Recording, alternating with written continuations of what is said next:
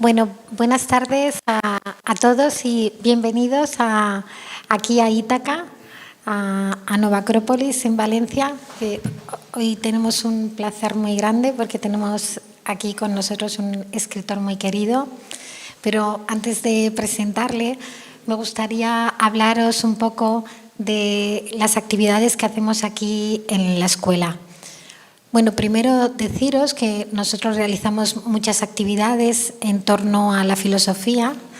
Tenemos nuestro grupo de ecología activa, GEA, que ahora está realizando, desgraciadamente en Turquía, con los terremotos que ha habido, pues tenemos una delegación de GEA que está realizando labores de rescate allí.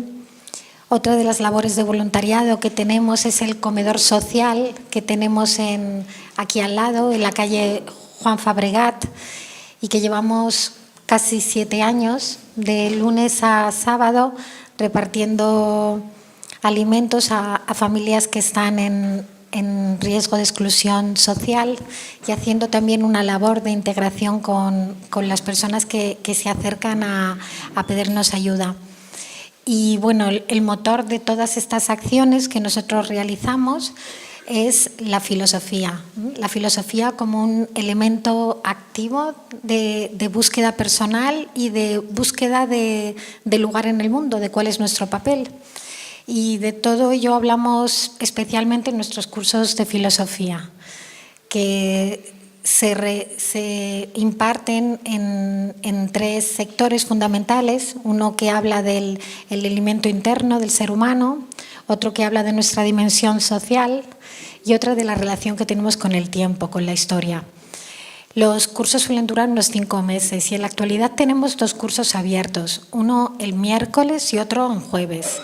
Pero para no extenderme sobre eso, si tenéis interés en los cursos de filosofía, pues habláis conmigo o con cualquier compañero de la escuela que esté por aquí, que os informará muy gustosamente.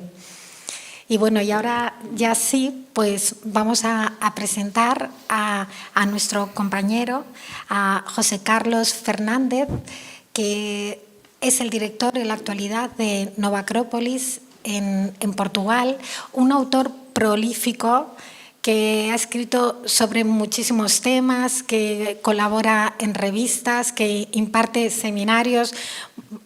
El currículum es un poco apabullante, entonces para que no nos sintamos mal voy a decir 3 o 4 cosas para que sepáis. Es escritor, investigador, ha colaborado como articulista en varias revistas, es autor de los libros Córdoba Eterna, Flor de la Espanca, La Prisa del Amor, El esoterismo en Fernando de Pessoa y ha impartido más de 1000 conferencias y multitud de cursos de filosofía, de estudios de matemáticas, de geometría sagrada. Y bueno, hoy viene a presentar un libro que nos va a poner en contacto con el mito artúrico, con esas historias que todos conocemos, aunque algunos hemos leído sobre ellas, otras a través del cine. Bueno, todos sabemos algo sobre los mitos artúricos y también quería convocaros para que la semana que viene, quien quiera, pueda venir a escuchar a la directora de Nova Acrópolis de Cádiz, que viene a dar una conferencia en la que se titula Marie Kondo y Confucio. ¿Qué tienen en común? El orden. Entonces, el viernes que viene a las 7:30 podréis escucharla. Y bueno, y ahora vamos a disfrutar de la compañía de José Carlos Fernández y vamos a preguntarle sobre este libro fascinante. Bueno, muchas gracias.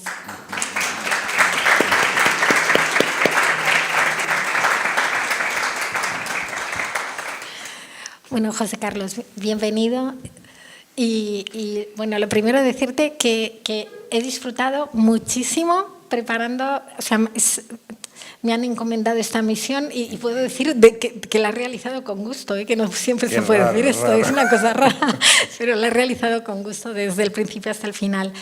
Y una de las cosas que tiene que agradecer es que, desde luego, el libro hace hace mención de un mito extensísimo, porque vamos, es un mito que solo el corpus de los textos artúricos, no sé, serán miles y miles de páginas, y él lo cuenta de una manera didáctica, accesible, que vamos a disfrutar muchísimo.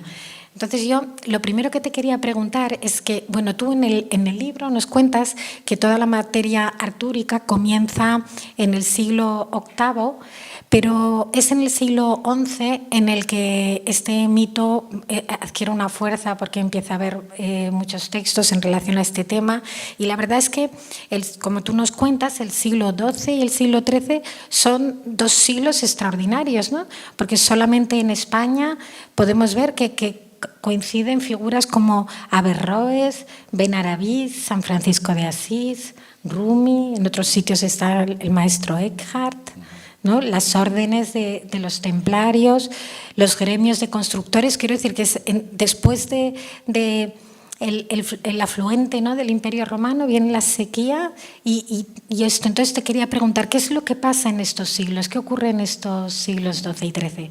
Muy bien, muchas gracias. Bueno, antes de responder a la pregunta, quería agradecer a José Manuel Alabao, porque estoy aquí por la satisfacción y por la alegría de poder estar con vosotros, pero además es una deuda de honra porque él me escribió el prólogo. Entonces, muchísimas gracias.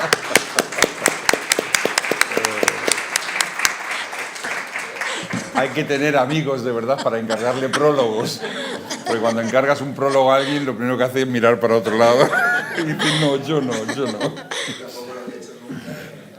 Entonces, muchas gracias. Muchas gracias.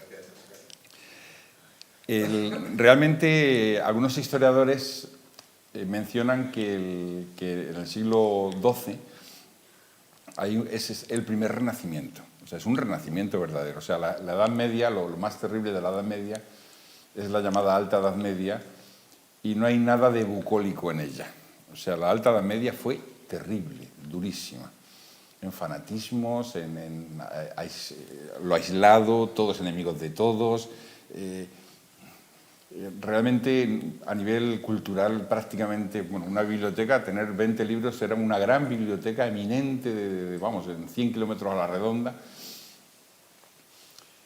Y sin embargo, efectivamente, a partir del siglo XI, XII, bueno, ya la reforma de Cluny, el propio Camino de Santiago fue un gran motor para sacar a la gente de su aislamiento, ¿no?, de estar ahí en su pequeño y muchas veces miserable mundo y poder conocer más.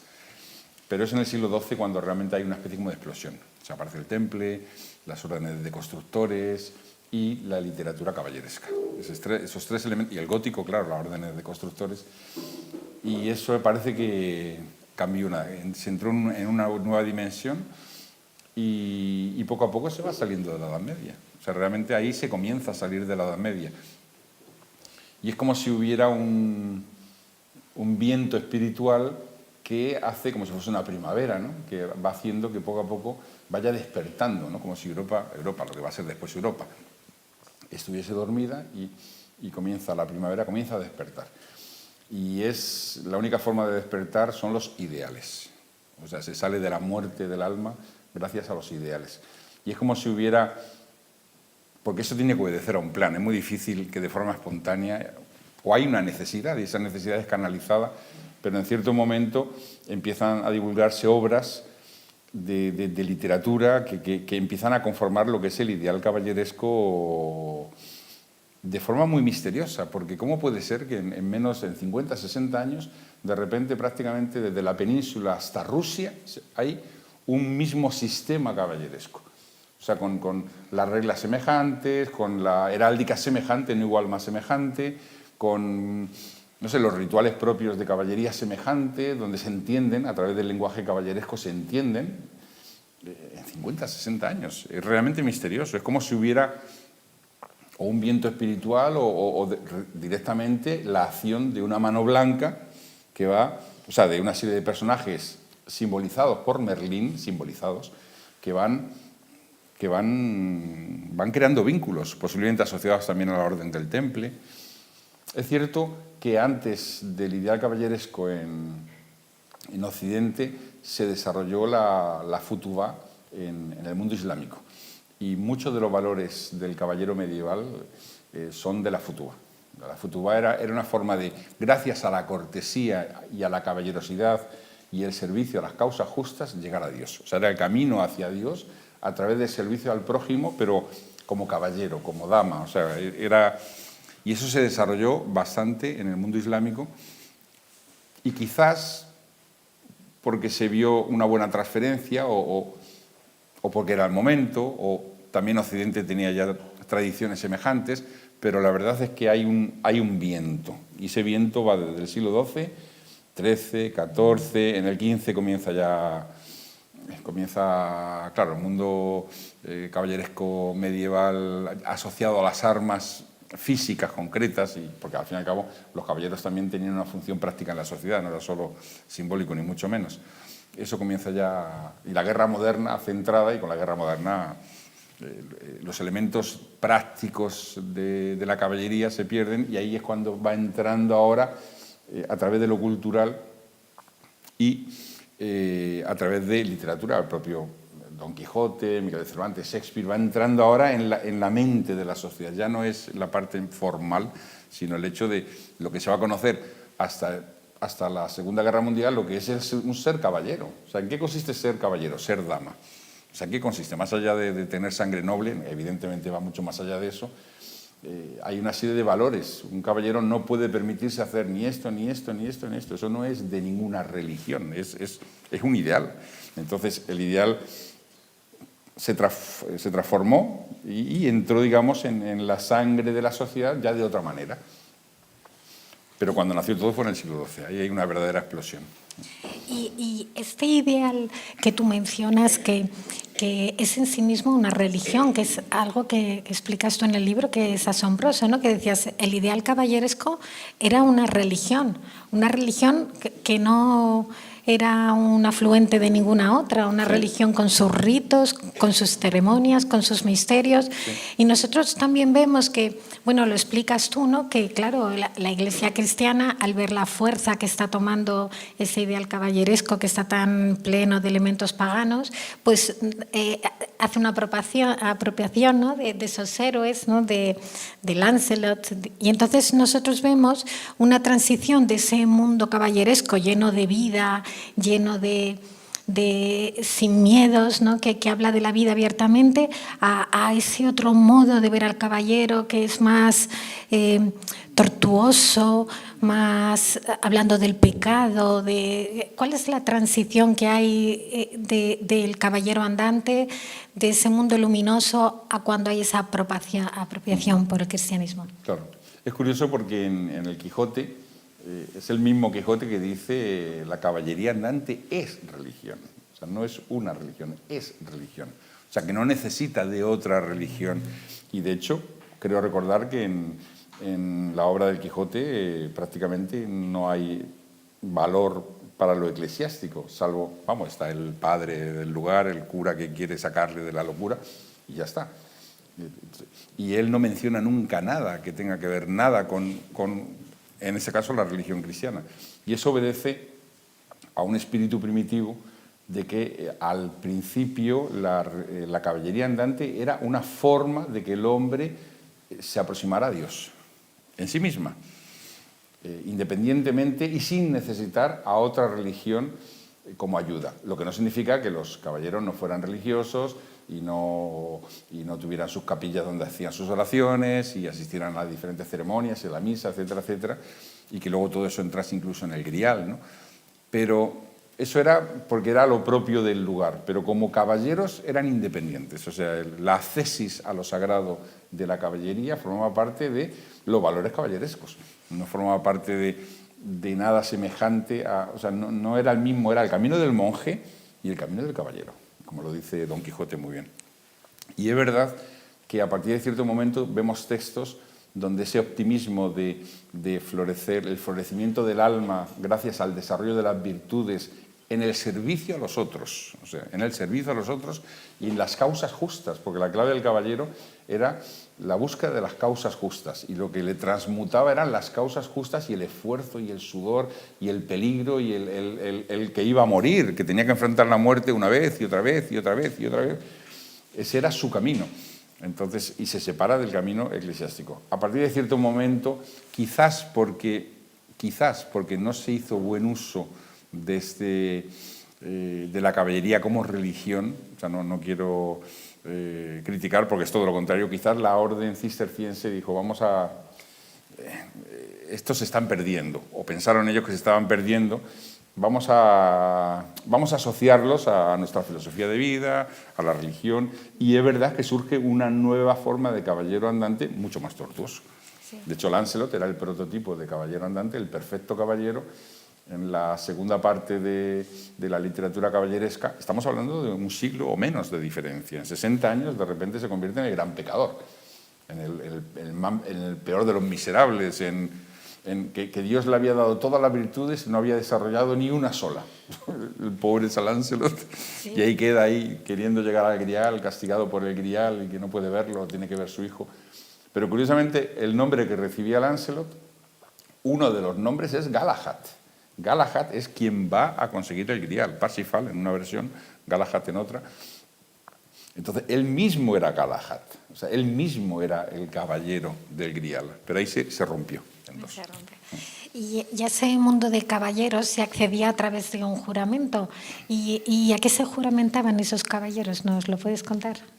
El juramento, bueno, aparece de forma muy bella en la famosa película de John Boorman, que es la mejor película que hay sobre el mito del rey Arturo, es la de Excalibur, es la mejor. Aparecen todos los elementos básicos muy, muy bien tratados. Ahí aparece una versión, ¿no?, de ese juramento, aparece en la obra de Steinbeck, por ejemplo, en Los caballeros del rey Arturo, que se inspiró en Thomas Malory, aparece también.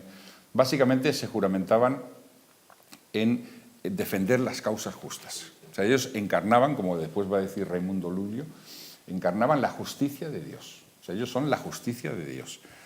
Piensen que en esa época las sociedades no estaban tan desarrolladas como después y no había a quien pedir justicia. Sí, el rey. Bueno, pero el rey estaba muy lejos y en todo caso el rey impartía justicia como al principio lo hacía cualquier caballero andante. O sea, cualquier caballero andante podía oír, juzgar y ejecutar. Esa era la justicia. Para evitar precisamente que triunfaran la malevolencia, la violencia, el rapto, todos los males propios de una sociedad mafiosa que se desarrolla cuando hay oscuridad, ¿no?, cuando no hay civilización. Y como no había un Estado de derecho, en cierto modo, quien cumple la función de mantener esa ley, que no es solo ley, esto es muy importante. Ellos no son la garantía de la ley del rey, no, ellos son garantía de la justicia. O sea, ellos escuchaban y después actuaban en concordancia. Y muchas veces ellos tenían que luchar contra gente violenta que era muy fácil que perdieran la vida en ello, porque quizás el que era violento pues tenía más medios, tenía más capacidad, tenía más... Pero la idea que estaba implícita es que a mí la diferencia entre tú, malvado, y yo es que a mí no me importa morir. Entonces, si yo no te venzo, va a venir otro caballero que no le importa morir. Y si no te venzo, va a venir otro, y otro, y otro, pero tú vas a morir. O sea, porque no te vamos a permitir. Y eso lo hacían con caballeros degenerados. Cuando un caballero degeneraba, que era lo peor que podía suceder, o sea, alguien que hubiera hecho un juramento de caballero, convertirse en el mafioso del lugar, en un maleante, y robar, y matar, y violar, iba un caballero y le desafiaban uno a uno, no le destruían entre todos. Iban uno a uno, le desafiaba a muerte. Y si no lo conseguía, desafiaba a otro, y luego otro, y luego otro, y luego otro, y luego otro, hasta que él moría. Pues no podía permitirse que un caballero que había hecho el juramento de caballero pues violara, matara, robara, y por veces sucedía. Esta mañana en el taller de escritura hemos estado comentando tu libro. Entonces hemos estado hablando de muchos de los elementos simbólicos que aparecen y hay un elemento del libro que es emocionante, que a mí me ha conmovido muchísimo, que es cuando hablas de las tentaciones que tienen que sufrir los caballeros, ¿no? Como las tentaciones que sabemos que tienen que sufrir los enviados religiosos, ¿no? Como tientan a Cristo, como tientan al Buda, también se tienta a los caballeros. Y La tentación aparece en uno de los libros, en el libro de Steinbeck, en Los hechos del rey Arturo, el Premio Nobel de Literatura, y habla de 4 tentaciones horizontales, 4 tentaciones que tienen que ver con la materia, ¿no? Entonces hace una descripción preciosa describiendo qué 4 elementos nos pueden atar al mundo, ¿no? Entonces dices que una de las reinas le ofrece el sentido de pertenencia a algo, el sentido de que sean miradas con compasión nuestras faltas y que se aprecien nuestros valores, el amor de una madre incondicional, ¿no? Una de las reinas ofrece eso. Otra de las reinas ofrece el cambio de la vida, el poder vivir la vida horizontalmente en todas sus posibilidades, en todo su cambio del amor al desamor, del frío al calor. Otra de las reinas, ¿no?, ofrece el mundo de la sensualidad, todo lo que nos pueden ofrecer los sentidos. Y la cuarta le ofrece el poder. O sea, esas 4 cosas son las que nos pueden atar al mundo, nos explica José Carlos. Pero él luego hace una explicación preciosa que nos explica que todas las sombras proceden de una luz, porque las sombras no pueden vivir solas, son sombras de una luz. Y entonces él explica todas esas sombras que tiene el ser humano, en qué luces se pueden transmutar, que es una explicación preciosa. Entonces, ¿nos puedes explicar cómo podemos transmutar las sombras en luces? Te lo sabe mucho mejor que yo el libro. Yo tengo que recurrir al texto. De verdad que tengo que recurrir. Eso es una escena de Lancelot, que se llama El castillo de las damas. Y él sufre la prueba, es raptado de forma mágica y aparece en ese castillo, que luego se deshace el castillo en nubes, en nieblas, cuando termina la prueba. Entonces él tiene que elegir cuál es la mejor reina. Y pues aparecen cada una de ellas gloriosas, son hechiceras todas, reinas hechiceras. Y cada una de ellas le ofrece, pues la una le ofrece la sensualidad infinita y exacerbante y la pasión sin límites, y la otra pues le ofrece el cambio, o sea, porque sin cambio no hay placer que se disfrute. Entonces el ser rey, ser mendigo y tener frío y tener calor y ser amado y ser rechazado, y en ese cambio pues se siente la vida, ¿no? Nos sentimos vivos. La otra le ofrece el abrigo, el amparo, el reconocimiento, el olvido de las faltas que tenga. Y luego está Morgana, creo, ¿no? Morgana de Fels, la que le ofrece el poder. La Morgana le ofrece el poder. Y dice que ella es la más poderosa, que las otras son siervas, y que en realidad el que tiene el poder puede, todo lo que han dicho las otras reinas, lo puede conseguir, pero de una manera, la verdad que voy a leerlo, el texto de Steinbeck, porque es bellísimo. Está en la página 24. El libro es muy, muy bello. El libro de Steinbeck, de los Caballeros del Rey Arturo, no es solo la recreación de la muerte de Arturo de Thomas Malory, él escribe muy, muy bien. Y cuando llega Morgana de Fey, dice: mis sagaces hermanitas te han ofrecido los brillantes jirones de una vestidura, los fragmentos rotos de una imagen sagrada. Yo te ofrezco el todo del que estos retazos forman parte. Te ofrezco el poder. Si deseas mujerzuelas con traje de fantasía, el poder te las conquistará. Admiración, hay todo un mundo ansioso de besar traseros con sus labios babeantes. Una corona, el poder y un pequeño puñal la depositarán en tu cabeza. Cambios, el poder te permitirá cambiar de ciudad como de sombrero y aplastarlas cuando te hartes de ellas. El poder atrae la lealtad sin exigírtela. La voluntad de poder hace que el bebé siga mamando con nostalgia cuando ya está lleno. Le aconseja al niño que robe el juguete de su hermano. Vamos, un encanto. Hace madurar una entera cosecha de muchachas concupiscientes. ¿Qué hace el caballero a arrostrar los tormentos que le darán el galardón a la muerte? El poder de la fama. Porque hay hombres que apilan posesiones que no pueden utilizar. Porque un conquistador se adueña de comarcas que no verá jamás. ¿Qué instiga al eremita a revolcarse en la mugrienta negrura de su celda, sino la promesa de poder, o influencia al menos, en el cielo? ¿Acaso estos santos locos y humildes rechazarán el poder de la intercesión? ¿Qué crimen no se transforma en virtud en las manos del poder? ¿Y la virtud no es en sí misma una forma de poder?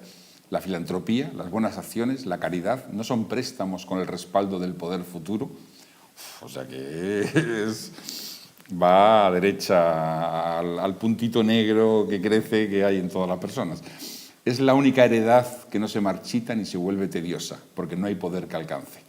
Un viejo en quien se han secado los jugos de todos los otros deseos es capaz de arrastrarse con sus trémulas rodillas a la tumba sin que sus manos dejen de arañar frenéticamente en busca del poder. Bueno, y así. El poder es algo en sí mismo, una totalidad que se autocontiene, bastándose a sí misma y sosteniéndose a sí misma, inasequible salvo mediante el poder. La sensación de poder vuelve mezquinas las otras gracias y atributos. Este es el don que te ofrezco. Es tremendo, es tremendo.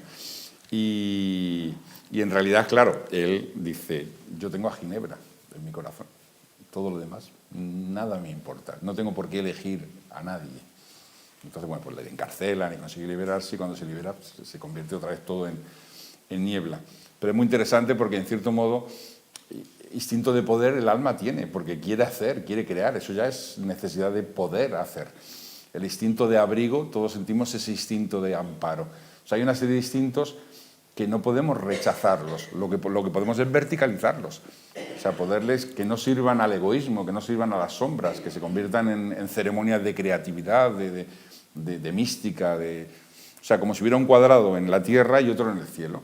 El cuadrado en la tierra son los instintos que crecen en horizontal y arrastran las raíces hacia abajo, pero que hay un cuadrado en el cielo que puede hacer que esos instintos realmente se conviertan en elementos de estabilidad, de belleza, de orden, de armonía, porque no podemos directamente, como explicaba el fundador de Nueva Acrópolis, el alma tiene un camino, si quiere, vertical, sin descanso, sin grados, o sea, sin peldaños, sin derecho, que es simplemente fijar su conciencia en lo real.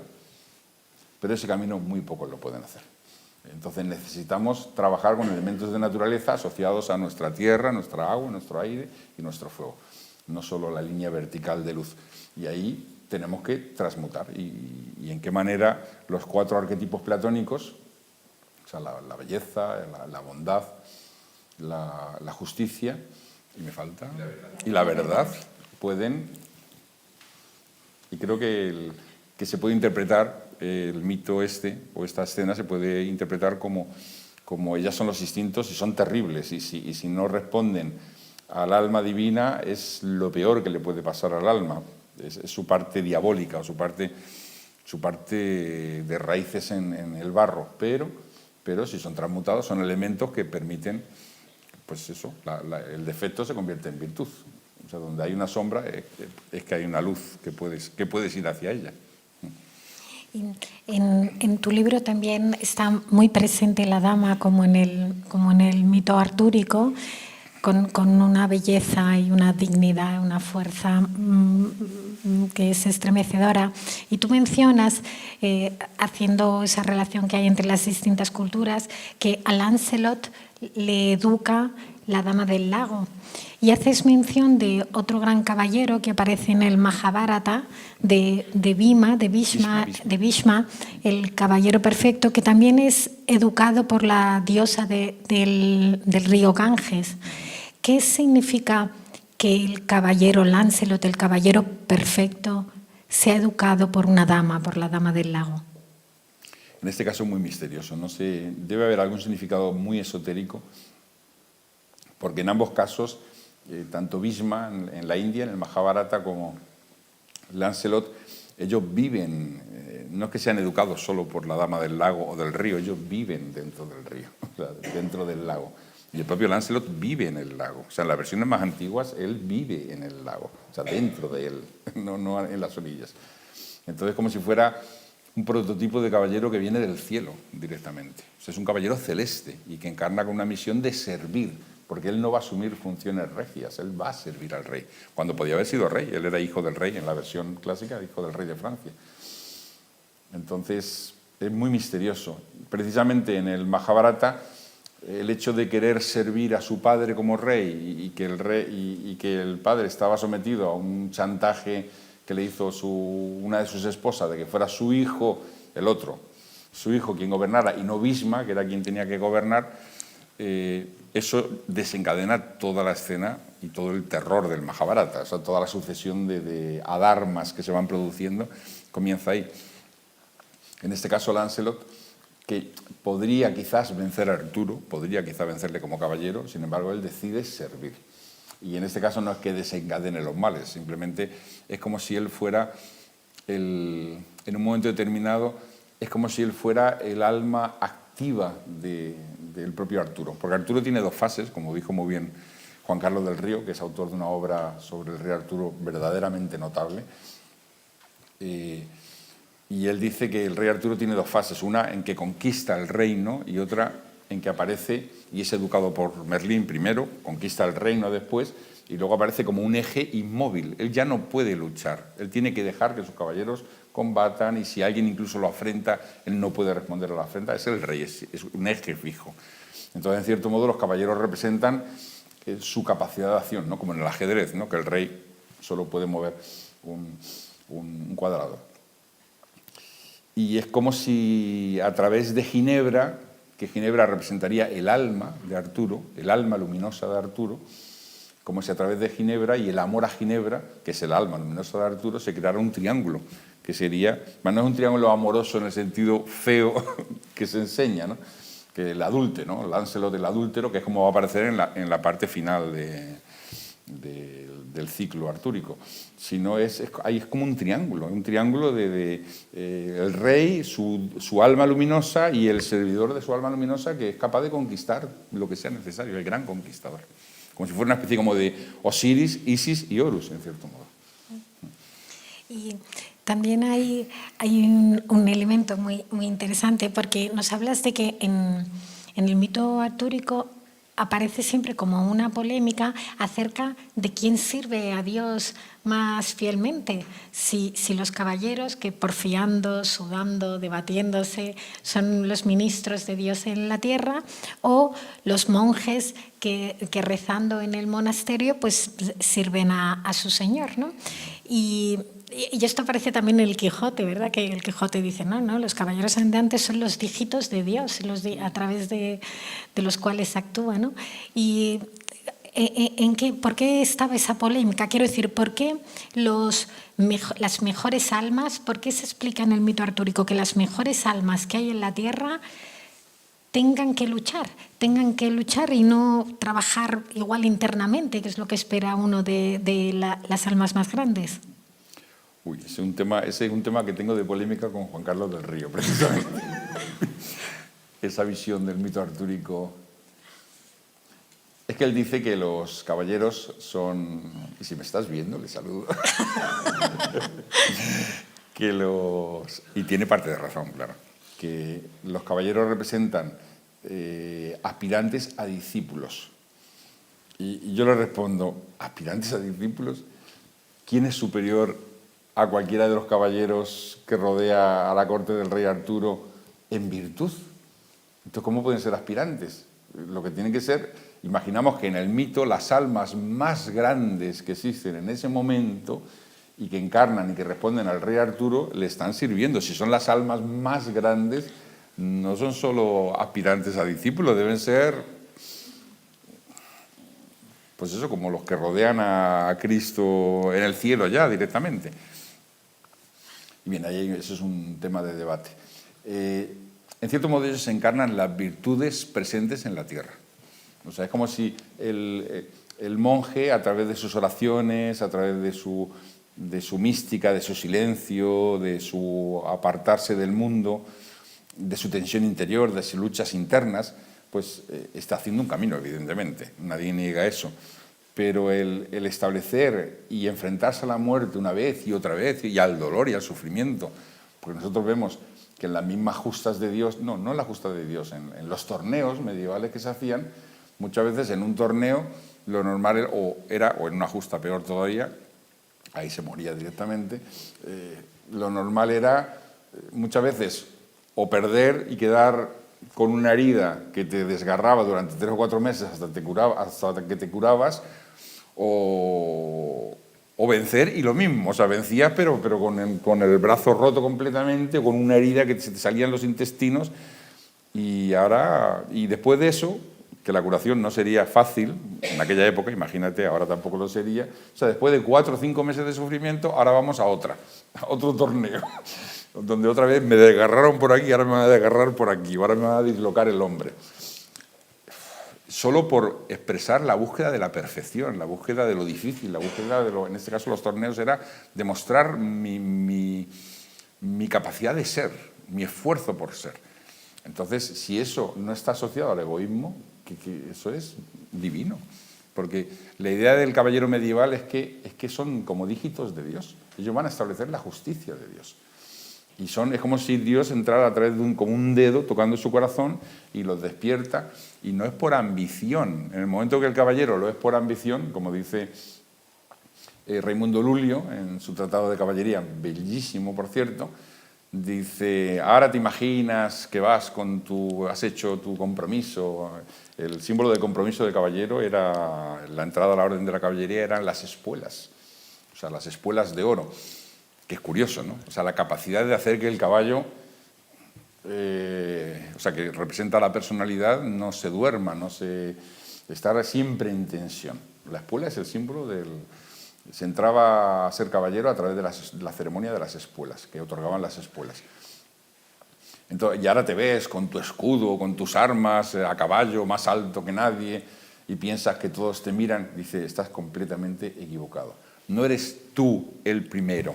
Eres tú al servicio de todos. Esa frase es, no eres tú el primero, eres tú al servicio de todos. Entonces, ¿eso no es mística?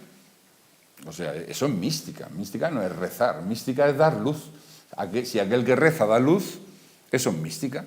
Si aquel que se esfuerza en ayudar a los otros da luz, o sea, porque lo hace de corazón, con sinceridad verdadera, eso es mística. No podemos decir mística que sea solo un camino o un camino de esfuerzos en querer hacerse, que se ve bien en la segunda parte del ciclo caballeresco, el esfuerzo que se hace en sufrir ascetismos. No voy a cenar, no voy, bueno, ahora está muy de moda, ¿no? El ayuno intermitente, no voy aunque la gente no lo hace como ascetismo, no voy a tal, me voy a pasar frío, como hacían los aztecas, me voy a poner espinas de maguey en todo el cuerpo, porque hay que sufrir, hay que sufrir. ¿Y por qué va a ser eso mística y va a ser menos mística el sufrir por ayudar a los demás? O sea, a través del esfuerzo de ayudar a los demás. Y salir de tu egocentrismo, de tu egoísmo y lanzarte hacia el mundo, porque llevas una llama para poder dar al mundo. Y claro, eso se ve muy bien en el concepto de la caballería más antigua, y en el Quijote se ve perfecto. O sea, quizás el mejor tratado de caballería del mundo ya antiguo, pero en el Renacimiento, es el Quijote. El Quijote es un auténtico Parsifal encarnado, es el loco caballero. Y se ve todo lo que es propio de un caballero en él.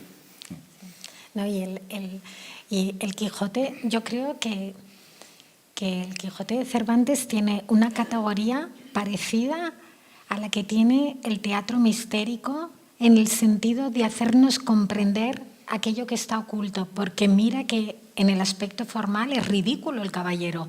Es un caballero de 50 años, que tiene un jamelgo que se cae, que lleva armas que están oxidadas, y en cambio todos los lectores comprendemos que ese aspecto formal no sirve para nada y que es la fachada engañosa de un caballero de verdad. Nadie piensa que el Quijote no es un caballero. Entonces, a mí yo no sé si Cervantes se dio cuenta de eso, de esa labor de hacernos comprender lo que no se ve, pero es estremecedor. No, él le maltrata.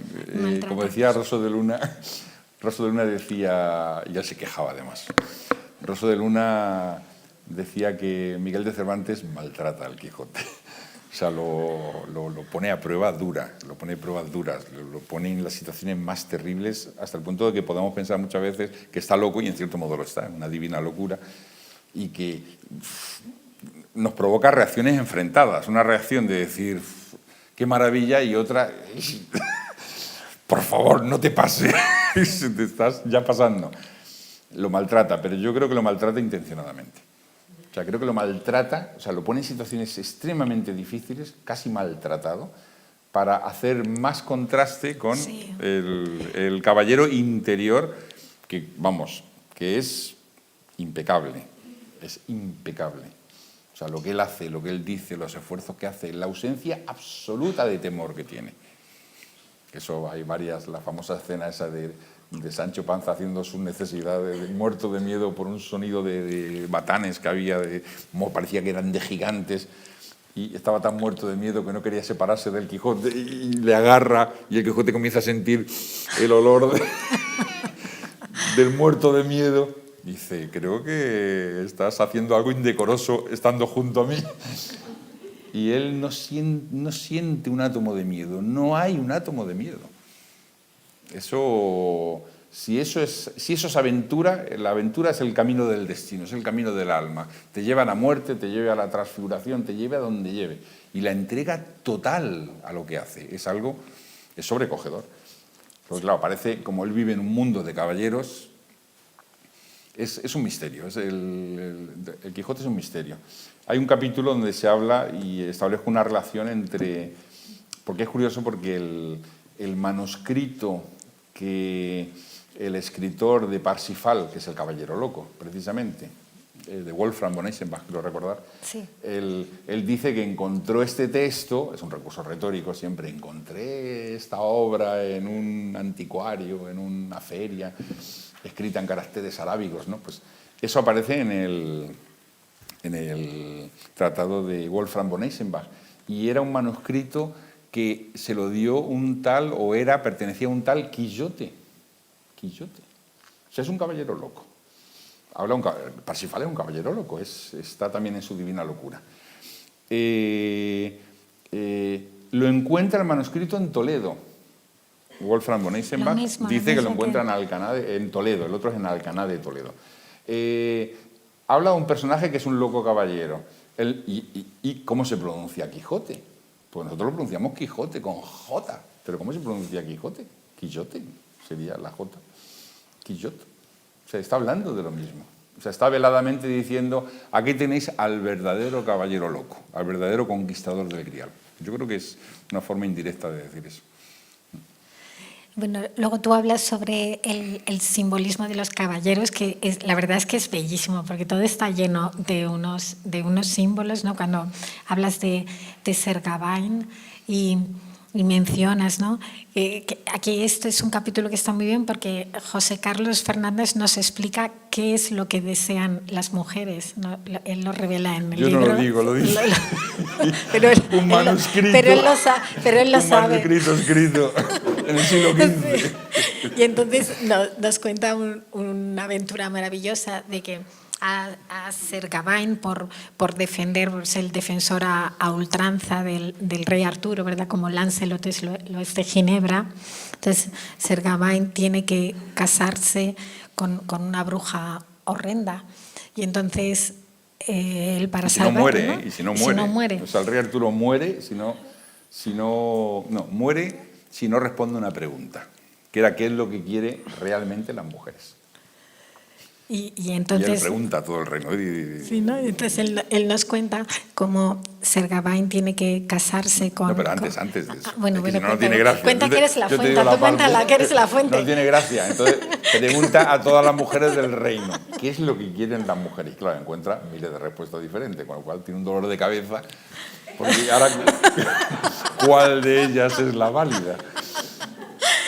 Y una bruja se encuentra con ella y le dice, ninguna de esas respuestas es válida. Y solo yo te puedo decir la respuesta válida. Y si no, además vas a morir, porque si no respondes a esta pregunta vas a morir. No recuerdo muy bien la historia porque moría en la aventura de la dama Ragnell, que está asociada a Sir Gawain. Sí, moría Arturo, ¿verdad? Moría Arturo si él no hacía el sacrificio. Si Sir Gawain no hacía el sacrificio, claro, ¿no? Claro, no. Moría Arturo porque no obtenía la respuesta. Sí. O sea, él tenía que encontrar la respuesta. Y claro, entre 1000 respuestas, la probabilidad... ¿Y qué juicio tenía él para escoger entre las 1000 respuestas cuál era la cierta? Si él, en fin, no era mujer, ¿no? Entonces esta bruja le dice que ella sabe la respuesta y que su respuesta es inequívoca, o sea que... pero que tiene que casarse con el mejor de sus caballeros, que esta es una idea muy interesante, porque así como Sir Lancelot es el primer caballero y el gran servidor de Ginebra, el que es servidor continuo en todas las causas de Arturo directamente es Sir Gawain. Entonces pues él dice, si hay que casarse con quien sea, me caso yo. Y entonces tiene que casar con una bruja, que la descripción que hacen de la bruja es sí, una tremenda. descripción notable de lo fea que es y de lo que comía. Comía como un cerdo, delante de todos, saltando improperios, babellando. No, estoy hablando en portugués. Babeando. Me salen palabras portuguesas de... Y él le trata Sir Gawain, claro, el pobre... Dice, yo me tengo que casar con... Pero ahí tiene que salvar a Arturo. Y le trata con una cortesía que es conmovedora, porque es el señor de la cortesía, Sir Gawain. Le trata como si estuviera con una cortesía tremenda. Y llega el momento que se la tiene que llevar al dormitorio. Y el caballero dice, bueno, pues si hay que ir, pues se va, ¿no? Y tiene que ejercer maritalmente. Sí. Y entonces, y el pobre... ¿verdad? Él va con la bruja, ¿no? Se va al dormitorio y en el momento que él decide entregarse completamente, la bruja se transforma en una beldad, en la dama más bella, ¿no? Y le da esa respuesta, ¿no? Que era lo que querían las mujeres. ¿Cuál era la respuesta exacta? ¿Te has olvidado? En tu libro decías que lo que quería una dama era... Es que hay una palabra exacta, no quiero traicionarla, porque tengo la idea, la entrega total. Esa es la entrega incondicional. Porque está la palabra exacta que aparece en el manuscrito de lo que quiere la dama de su caballero. Aquí. Lo que la mujer, no es la dama, lo que la mujer quiere del hombre es la entrega incondicional. ¿Es verdad? Sí que toma. Nosotros no podemos responder. Y bueno, otro de los símbolos preciosos que aparecen, bueno, símbolos, el capítulo de Lancelot, ¿no? El de el caballero de la carreta, teniendo ese capítulo que describes, el caballero de la luz, el más digno, el que más honor tiene, llevado por una carreta, que era donde iban los ajusticiados, ¿no? Sí, sí. Lo iban los ajusticiados. En los pueblos había solo una carreta. Estamos hablando de la Edad Media profunda. Entonces, en esa carreta era donde llevaban a los ajusticiados. O sea, aquellos que habían robado, matado, violado, los llevaban a cortar la cabeza. Y bueno, también el símbolo del carro de heno, ¿no? Que vamos a ver en el arte como símbolo del mundo. O sea, era estar en una carreta. De hecho, quedó el refrán de cuando veas una carreta, santíguate. O sea, santiguarte, porque estar en una carreta era el peor signo de ignominia, solo que te vieran subido en una carreta de en pie, claro, subido en pie. Y a él no le importa subir a la carreta si con la carreta va a llegar a donde tiene que llegar para salvar a Ginebra. Y claro, Sir Gawain, que es más delicado, que también está en esa aventura, dice, yo soy caballero y voy a hacer lo que sea necesario, pero no me subo a una carreta. Es muy bello porque también en el libro dices, o sea, él como tenía una misión que hacer, no le importaba, no le manchaba ir en la carreta. Y luego tú luego haces una mención de Ivaín, ¿no? El caballero del León, que cuando él falta a un juramento, que tenía que volver en un año, ¿no? con la esposa con la que se había casado y no vuelve, se revierte en un estado animal, en un estado salvaje. Entonces pierde su condición de caballero y come como un bestia y tiene un comportamiento animal. Ni habla, deja de hablar. Es un animal, se convierte en un animal y pierde memoria. Ya no está la persona, lo que está es un animal, por faltar a un juramento. Y tú mencionas que luego cuando él vuelve a su condición de caballero, él en su pasado no está ese hecho. Claro, o sea, no porque está no ese está, hecho. porque el caballero y el ser humano es aquello que desciende y está. En el momento que no está, lo que está es un animal. Sí. Voy a contar una historia curiosa. Quizás conocen al profeta durmiente, Edgar Cayce, oyeron hablar de él. Edgar Cayce, uno de los casos más notables y de los primeros que tuvo, era una familia, unos padres que le llevaron a un niño que no hacía más que dar gritos, gritar y darse de golpe contra las paredes. Entonces lo habían llevado a varios médicos y no tenían ni idea qué era, ni idea. Y bueno, pues hablaron de esta persona que entraba en sueño, entraba en una especie de somnolencia, quedaba soñando y de repente daba la respuesta de lo que tenía. Y entonces pues él se puso a dormir y luego no recordaba nada, ¿no? Edgar Cayce. Se puso a dormir y dijo, en el nervio tal, del diente tal, está presionándolo. Pues le hacen así, le quitan el diente, ¡pum! Y se acabó. Dejó de gritar, de dar... O sea, se pasó meses gritando, de dolor, gritando. Claro, qué horror, más el niño no se acordaba de eso. O sea, cuando él vuelve, no recuerda nada de eso. Él no estaba ahí. O sea, debe haber un grado de sufrimiento donde el alma no soporta, o un grado de degeneración. En este caso, en el momento que él incumple el juramento, una especie como de reina hada, porque es una especie como de reina hada, y le tiene que devolver el anillo, ahí él comienza a degradarse hasta que se convierte en un animal y claro, ahí el alma del caballero se va. Y lo que queda es la bestia. Y cuando él recupera conciencia, pues le visten como un caballero, le dan comida que no es... Pues le comía como un animal y sangre y carne. Cuando ya un monje le va alimentando y luego finalmente le curan con un producto, con un ungüento que era milagroso, etcétera, etcétera, es como si despertara.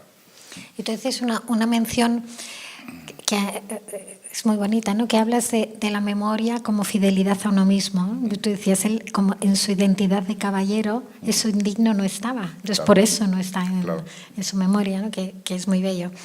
Y luego, en relación a cómo hoy en día se ha cambiado, ¿no?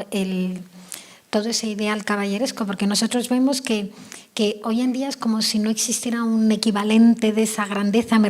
Quiero decir, porque nosotros como escuela de filosofía no pretendemos otra cosa que en otros tiempos y adaptados en el mundo en el que vivimos, que ese sueño que tenían los caballeros y las damas, ¿no? Pero en la cultura popular todo eso se ha cambiado, como en la cultura del cómic, ¿no? Pero de hecho también, o sea, es incluso los elementos dignos de la caballería es lo que nos hace amar a Asterix, porque lo que amamos de Asterix es que es un caballero, que decir que no falta a su palabra, que cumple sus misiones, o lo que nos gusta de Harry Potter o de El Señor de los Anillos, pero ¿cómo podríamos hacer para que los jóvenes que tienen en su corazón, porque vamos, los jóvenes se vuelven locos por el Marvel y todo eso, por los elementos del mundo caballeresco, que tienen una fuerza tremenda? ¿Cómo podríamos hacer para que la gente joven sepa que no hace falta solo leer eso, sino que el ideal del que habla, que nos inflama, es un ideal para vivir, no para leer novelas, ¿no? Bien, esa pregunta no es una pregunta fácil, pero digamos que es cierto que todo el universo Marvel, etcétera, etcétera, yo era un consumidor de Marvel en mi adolescencia, de los grandes consumidores, pero es cierto que el superhéroe no te deja ver el héroe, eso es una realidad, o sea, generan fantasías que son tan fantasiosas y donde lo que se valora muchas veces son elementos externos, porque ¿qué hay de heroico en que te pique una araña radiactiva? Te picó y ya está. Y yo me acuerdo de mi adolescencia que iba ahí buscando arañas para que me picaran. A ver, quería tener superpoderes. Era así, ¿verdad? Bueno, una parte de mí no lo creía, pero hay una parte de mí que sí lo creía. Y yo entré en la escuela para tener superpoderes. Para eso entramos en la escuela, para desarrollar los poderes del alma. Uno piensa que van a ser cosas así más tipo doctor, ¿cómo se llama este mago de Marvel? El extraño, el doctor, me encantaba el doctor extraño. Luego me di cuenta que el camino es más arduo de lo que parece. Es mejor ir barriendo los primeros peldaños a ver si alguna vez se llega. Pero claro, el superhéroe mata al héroe. O sea, se deja de ver el héroe. El héroe es un hijo de un dios, pero es un mortal. Entonces, en lo que se caracteriza que es hijo de un dios es que en algo lo tiene muy fuerte, pero es humano. No sé, Hércules la fuerza, no sé, Eneas la piedad, el sentido de piedad, pero son virtudes humanas, son humanas, divino-humanas, no es nada de un universo diferente. Entonces, claro, la exageración con respecto a eso no es lo mismo el Señor de los Anillos, porque eso sí que es un mundo caballeresco real. Simplemente se creó un escenario diferente, pero es muy verosímil, dentro de su propia tónica, ¿no? Pues se convierte casi como en una alucinación. O sea, la gente alucina, siente placer, no siente la necesidad de recrear, siente una especie como de placer, y después a la vida oscura, mediocre, ceniza. Y yo creo que lo que hay que hacer es que los jóvenes vean que hay gente que vive los ideales caballerescos de verdad. Y que el ser humano tiene una dimensión que, si no responde a esos valores, es mediocre, es vulgar, es gris, y que eso existe, y que eso permite entrar en una especie como de aventura interior, de vivencias que se pueden transmitir, y que hay un camino que lleva a eso, y que tiene que ver, evidentemente, con el conocimiento de sí mismo. O sea, es como si, en la medida que vas avanzando en el conocimiento de ti mismo, van surgiendo esas posibilidades. Y luego, bueno, tenemos ejemplos, todos los grandes sabios, místicos, héroes verdaderos, no superhéroes, héroes verdaderos del pasado.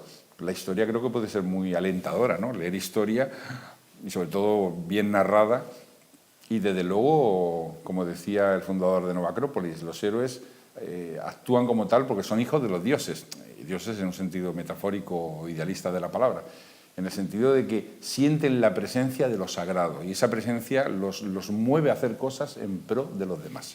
O sea, un héroe no es el que se lanza con alas de estas de murciélago a toda velocidad y que mueren, en 10 años murieron casi todos. ¿Cómo se llama este deporte?